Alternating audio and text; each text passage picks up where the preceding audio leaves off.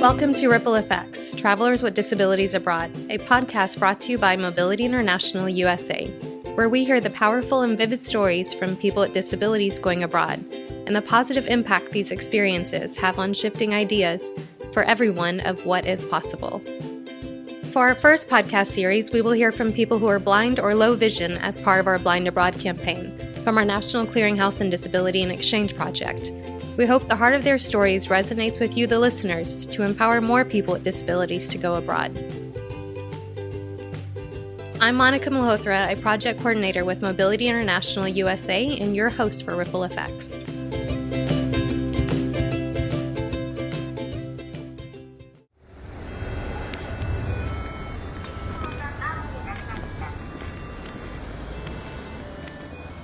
Part of the thrill of traveling overseas is expecting the unexpected.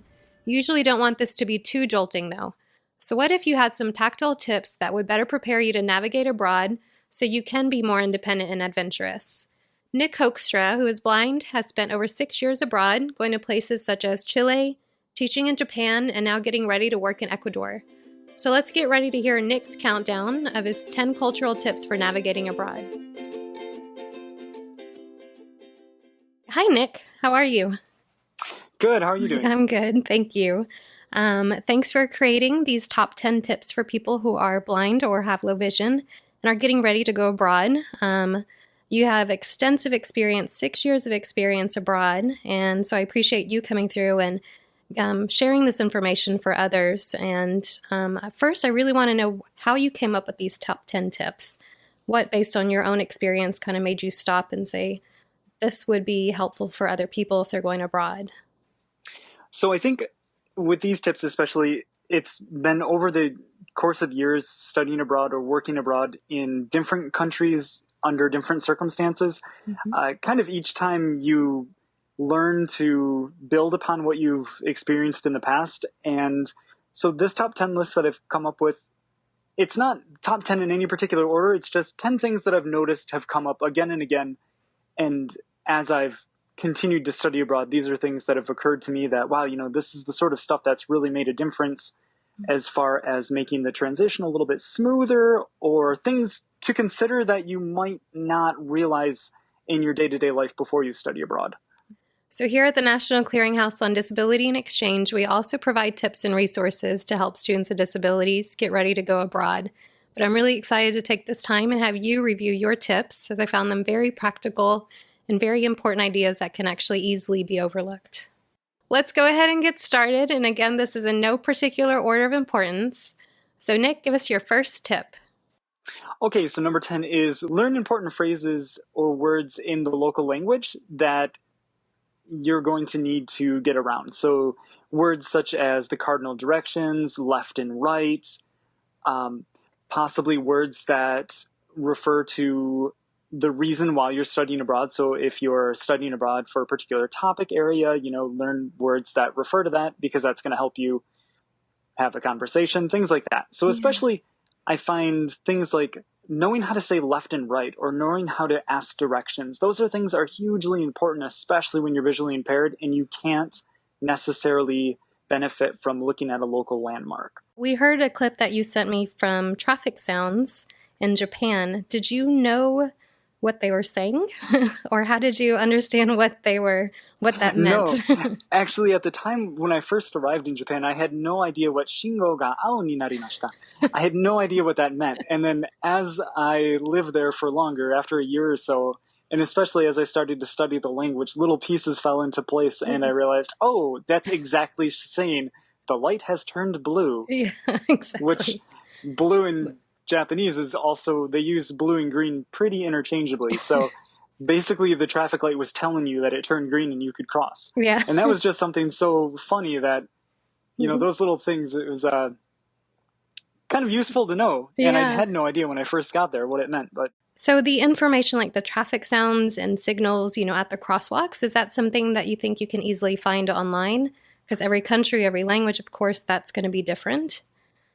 I think that's something that's a little bit more of a challenge, I would think, to find online, but it never hurts to just search it out because I'm sure that information is available somewhere. That was something I had never considered before I studied in Japan, because Japan's been one of the first countries that I visited that has really been consistent with traffic sounds and with the crosswalks having a specific song or a specific phrase that is played. Yeah. But, knowing whatever words that help you personally get around, that's the sort of stuff that you really need to learn.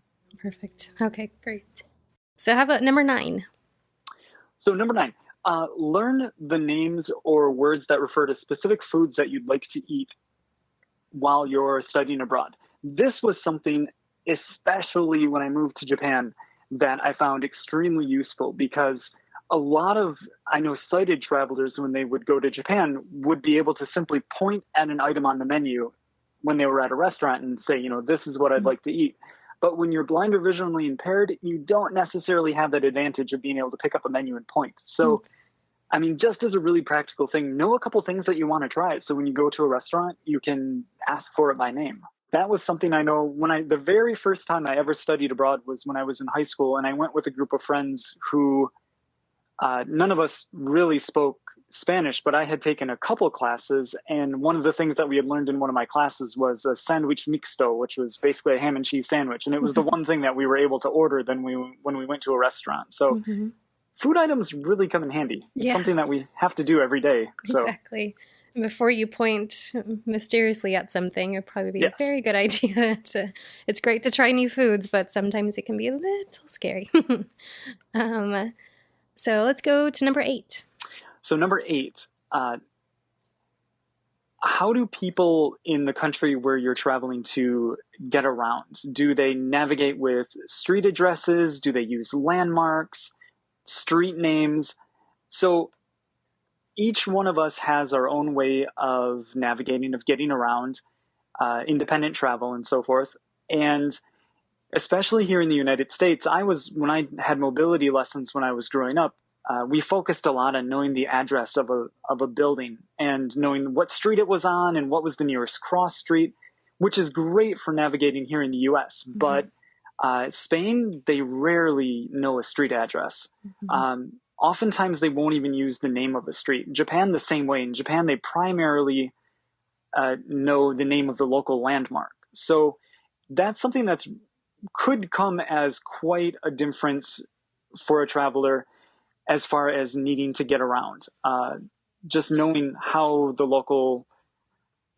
local context, people navigate. So again, that's something that you can probably find online, but it's just something to keep in mind when you travel to a place. If you're trying to tell a taxi driver that you're going to be, at 1320, whatever street name, and they don't really navigate by the street names, then it's going to be quite the challenge. Yeah, a very long taxi ride. Yes. And now to number 7. Number 7. Make sure to record important information like the address of the hotel where you're going to be staying, or phone numbers of your friends or contacts in the country where you'll be traveling to. Make sure to record that information in some accessible format. So either in Braille or on an iDevice, on your phone, whatever it happens to be, but make sure you have access to that information. You never know when you might need to pull up the telephone number of the person that you're staying with. If you get stranded at the airport or you miss your train, it's really good to have that information and have it somewhere where you yourself can access it. That's really, really important. All right. So number 6, because it's kind of has to do with number 7, but yeah, if you can tell us your number 6. So number 6 is keep in mind that your phone or your iDevice might not work in the country where you're going to be traveling to. So I know this is something that's practical for all people, but I think here in the US, we really have grown to rely upon our phones for everything. And unless you specifically go out and purchase an international SIM card, your phone's not going to work on the local network. So again, that applies for all people, but it just bears repeating. As you are getting ready to go to Ecuador to begin work, what kind of preparation are you doing regarding your phone? This is something that I've recently had to investigate more, and I'm very lucky in that the current phone that I have is unlocked. So when I get to Ecuador, I can just purchase one of their local SIM cards and quickly replace it in my phone. Perfect. which is really nice. Yeah. And some places they have it in the airport itself, correct? Or do you usually go somewhere? That's what I've read in Ecuador. I know in Ecuador, from what I've read online, they have it right in the local airport. So as soon as I arrive, I could theoretically just go purchase some SIM card right away. And I think that's becoming more and more the case, because as people travel more internationally, that's, some of the first things that people are thinking about. Yeah. Yeah. I've seen the vending machines for it. So it's pretty funny. And number 5. So number 5, consider working with a friend or a relative to create yourself a tactile map of the place where you're going to be going. This, obviously this depends a lot if you're the sort of person who reads a map, but I know even here in the US, when I first went away to college, one of the first things I did was to make a tactile map of just a very local neighborhood where I was going to be living. And that came in so handy. Since then, as I've traveled abroad to other countries, I've done this to a greater or lesser degree. When I was first in Chile, I kind of sat down with a friend and did a small tactile map just to get a general layout of the landscape of where I was going to be. And again, that's not going to work for every person, but for me, it certainly gave me a little bit of a better understanding of just the local surroundings, the major streets, the major intersections, because when you have to walk around or when you have to give a taxi driver directions, it's good to know what are the major intersections, what are the major streets near where you're going to be living. We want to take this time to promote our #BlindAbroad campaign, where our aim is to increase awareness to people who are blind or low vision on the benefits of going abroad, with a big thanks to our sponsors at the U.S. Department of State. You can learn more about the #BlindAbroad campaign by going to our website, miusa.org, and also make sure to follow us on Twitter @MobilityINTL and #BlindAbroad. We'd love to see your comments and let others read your messages too. Most of your trips abroad, have you been more independent, like on your own, or did you go with a group or what was your majority? Because it seems like a lot of these tips are kind of to guide you to be more independent and to get around on your own. Yeah, so most of the trips I've done have been purely independent. Initially studying abroad to Chile, I was very lucky in having a couple close friends who were also in Chile when I studied abroad. But when I lived in Spain and Japan, I was completely independent. Spain in particular, I went over, had no place to live. All I had was the place where I was going to be working. So I completely had to find a place to live, totally learn a new neighborhood, a new city. Japan, my company provided me a place to live, but I didn't really get a choice in where that place was going to be. So, most of my trips have been completely independent, which is why I try to focus on tips to make, to encourage people to be as independent as possible. Great. Thank you. And number 4? Okay, number 4 I think is really, really important. But if you're traveling for study, consider how you're going to get materials in an accessible format. This is something I really, really stress because I've now studied abroad twice in two different contexts. So when I lived in Chile, it was part of a study abroad program. And one year that I was in Japan was also part of a university program.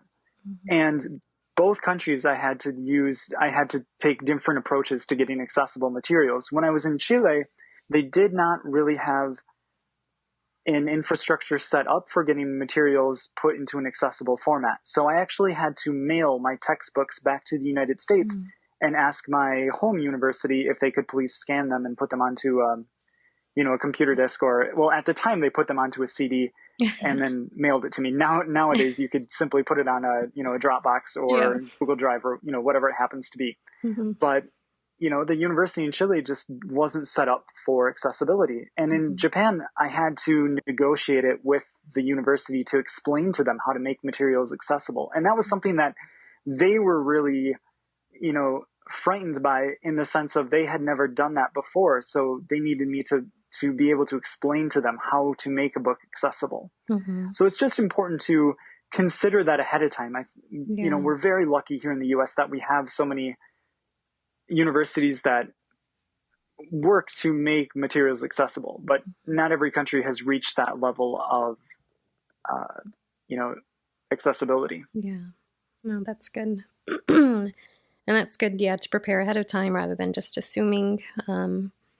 And what type of time frame, let's say, if you're getting ready to go on an exchange program, do you want your home university here in the U.S. to kind of make sure that they're coordinating that, or do you advise or suggest that you're in direct contact with the host university to make sure that it's all accessible?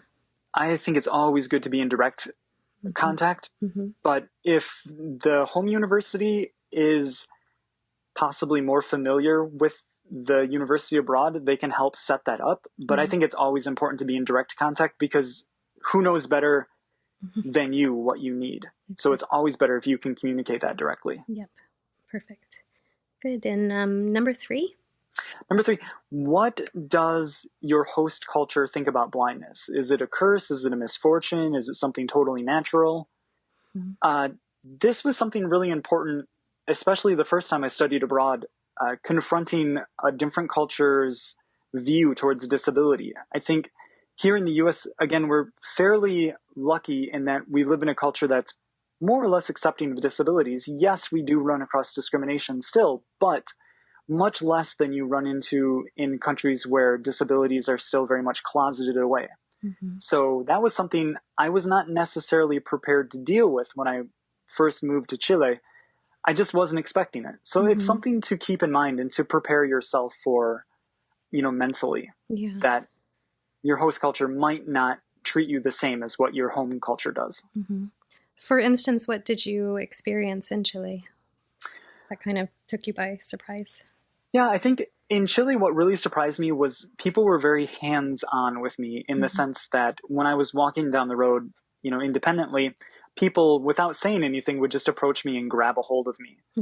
And I think in the US, we're pretty hands-off. We're not a very touchy culture. And in Chile, people didn't think twice about just grabbing a hold of you when they thought that you needed to be directed. And I found that very just shocking to have people touch me so frequently.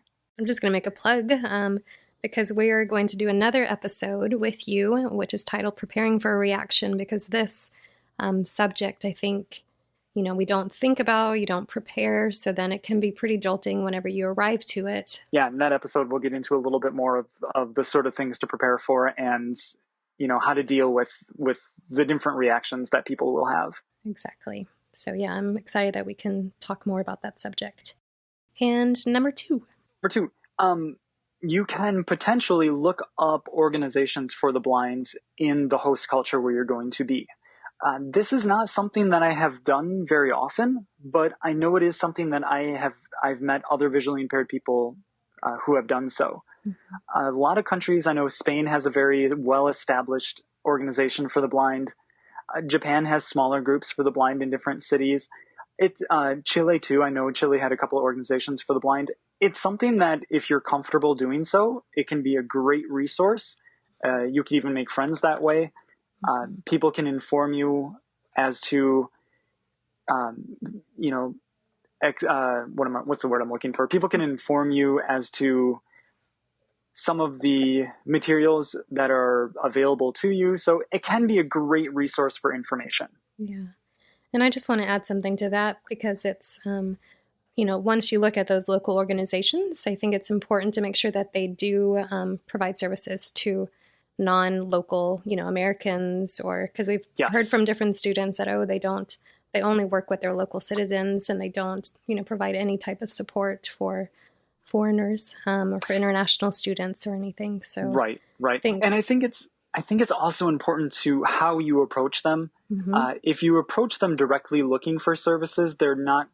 And this is my experience in Spain is if you approach them looking for services, they weren't really likely.